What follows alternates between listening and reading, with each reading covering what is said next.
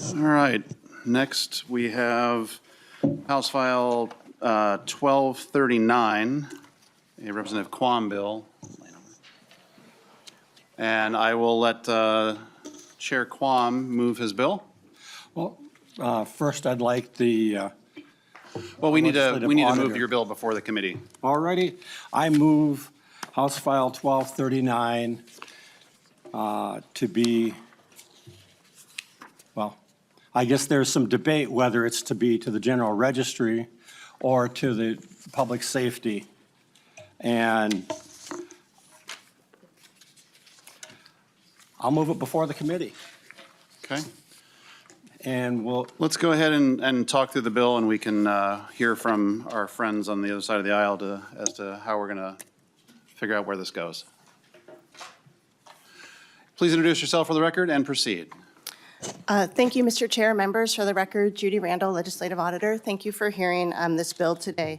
House File 1239 does something really, what we think is really simple, and it's also consistent with our effort to clarify reporting requirements for public agencies. When I was before the committee, I don't know, last week or the week before, I talked about how we have tried to look across the different statutes that require agencies to report possible or more likely evidence of misuse or fraud.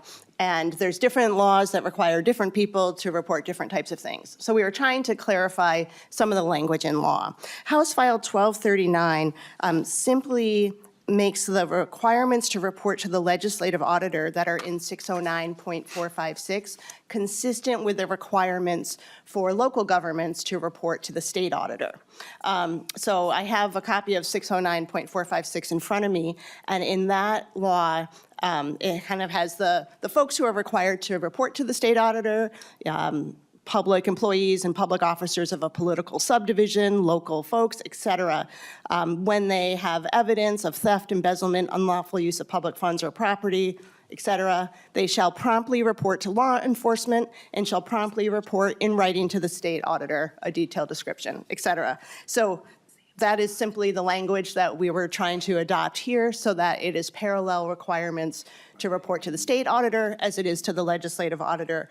We often, when we hear some of these concerns, we will tell the entity, you need to report that to law enforcement. And so this puts that information in law so that they know and do it immediately rather than simply having to go through us first. And then the language we're striking there, except when to do so would knowingly impede or otherwise interfere. What we have found is that some state agency folks have used that as a reason to not report things to us. We, of course, are bound by the Government Data Practices Act. We cannot share information with anybody who's not allowed to see it. Often when we get this type of information, we share it with law enforcement directly. That's our standard practice. So I view this as a cleanup to, again, be parallel with the state auditor. Happy to have discussion. Thank you, Mr. Chair. Member questions? Chair Cleaborn? Thank you. And Representative Quam, the problem that we're having on our side of the aisle with this bill and why I suggest that we lay it over for possible inclusion is for us to figure out really where is, law enforcement is so broad, right? Does that mean I report to my local Plymouth police? Who do we report to, right? So should it be the reporting to the BCA? How should we do this? If the auditor already receives complaints and the auditor whose eyes we trust then says, okay, this is legitimate, it needs to go, that power already exists. So that's why we have the confusion on, that's why we have a disagreement as to whether or not this is something that we are clearly ready to vote on today and to move out of committee, or if we should lay it over.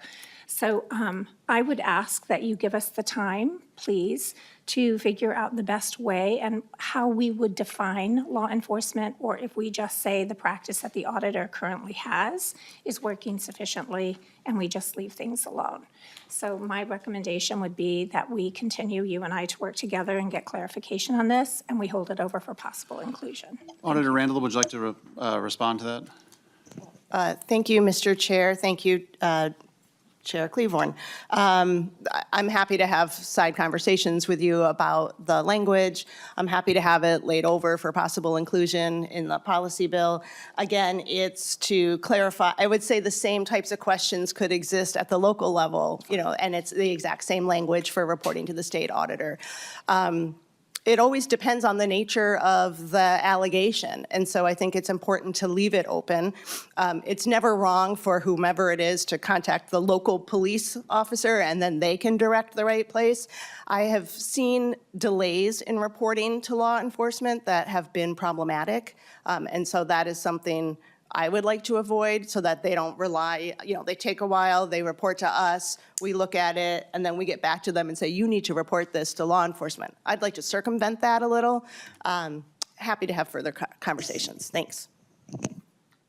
So I think in the interest of trying to find the best solution, it's probably wise to lay this over. I don't know that there's opposition to the idea of what the bill is trying to do. I think that the question is, what is the ultimate law enforcement pathway? So, but I'd like to hear from the author. So Chair Quam. Thank you, Mr. Chair.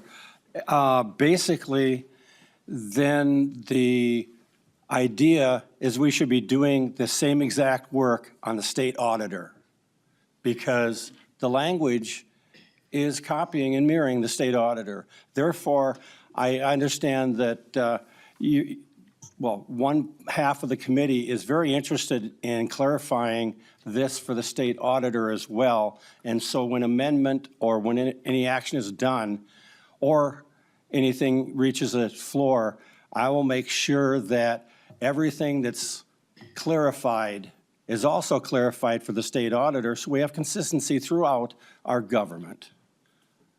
And I will direct everybody towards 609.456, subdivision 1, relative to the state auditor. It says that an officer shall promptly report to law enforcement or shall promptly report in writing to the state auditor. So Chair Quam's point is well made, that it is mirroring existing language that exists for the state auditor. Not seeing, I mean, we can either work this out in the policy bill, or we can talk about it now. But if the goal is to provide mirrored services or mirrored policy from one auditor to the next, I would be curious as to the Chair Cleavorn's perspective on that.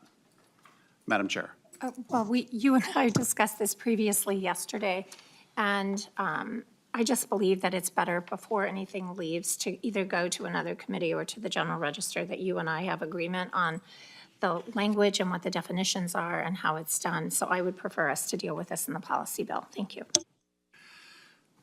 Okay, in the interest of unity and alacrity for the bill, we can lay this over. Auditor Randall and Chair Quam can work with myself and Chair Cleavorn to make sure that we have this in a shape that we'll be able to pass in the policy omnibus bill. So Chair Quam, closing thoughts? I look forward to an energetic discussion on making government better. With that, Chair Quam renews his motion that House File 1239 be laid over for possible inclusion. Laid over.